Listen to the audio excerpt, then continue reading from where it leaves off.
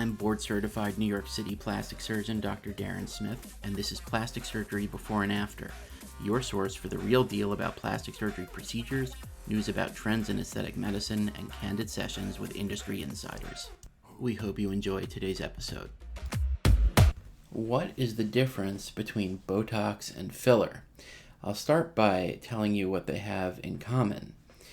They are both cosmetic injectables, and they represent a minimally invasive way to have a very nice impact on one's appearance with no downtime and very little risk when performed by an expert.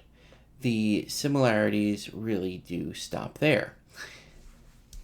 To best understand the differences between Botox and filler, it is important to first understand that there are two different kinds of lines on the face, and Botox is targeted at one of those kinds of lines, and fillers are targeted at the other kind of lines and are also used to provide facial volume. The first kind of facial line is what we would call a dynamic line, and those are lines that are not present when your face is at rest, but are only visible when you are moving your facial muscles to make expressions. And very common examples of these dynamic facial lines are the horizontal lines that you might see on your forehead when you raise your eyebrows, or the vertical lines or 11 lines that you can see between your eyebrows when you're frowning, or the radial lines that extend out from the side of your eyes when you're smiling or squinting,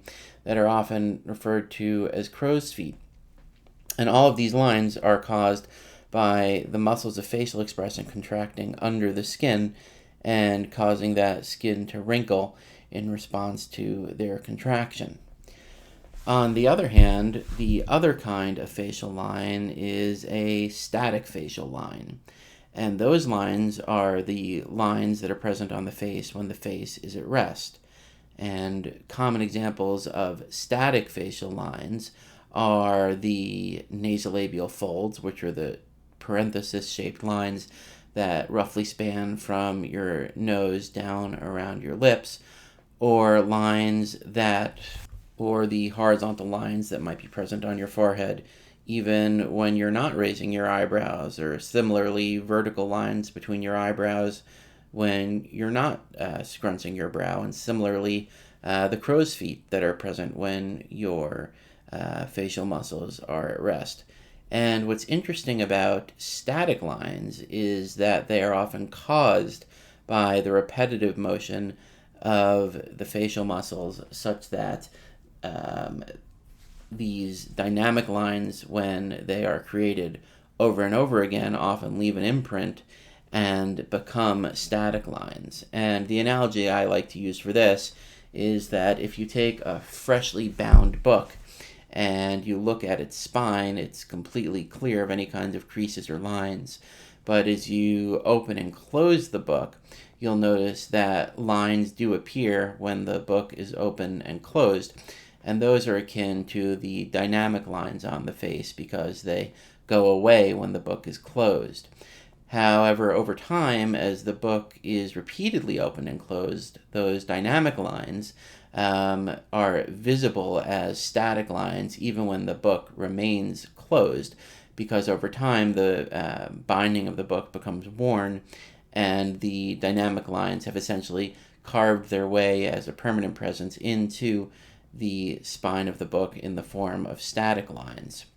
With that background in place, we can make the broad claim that Botox is best at treating dynamic lines and fillers are best used for treating static lines and also for adding facial volume where it's needed. So specifically, Botox works by very selectively and in a controlled way weakening muscles of facial expression.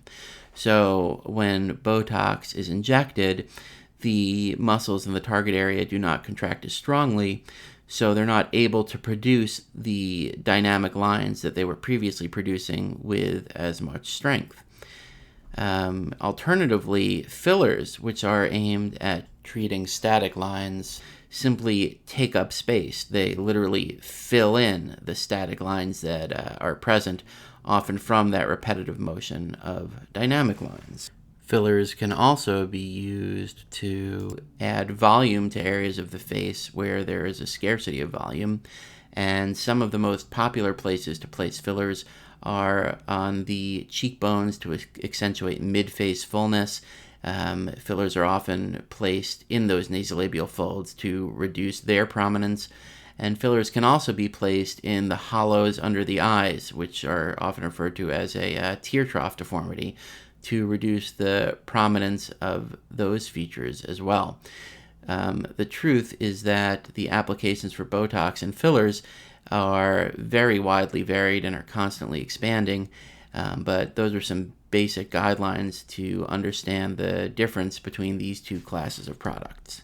Thanks for listening, and don't forget to subscribe, share the show, and head over to DarrenSmithMD.com for more real-world plastic surgery talk.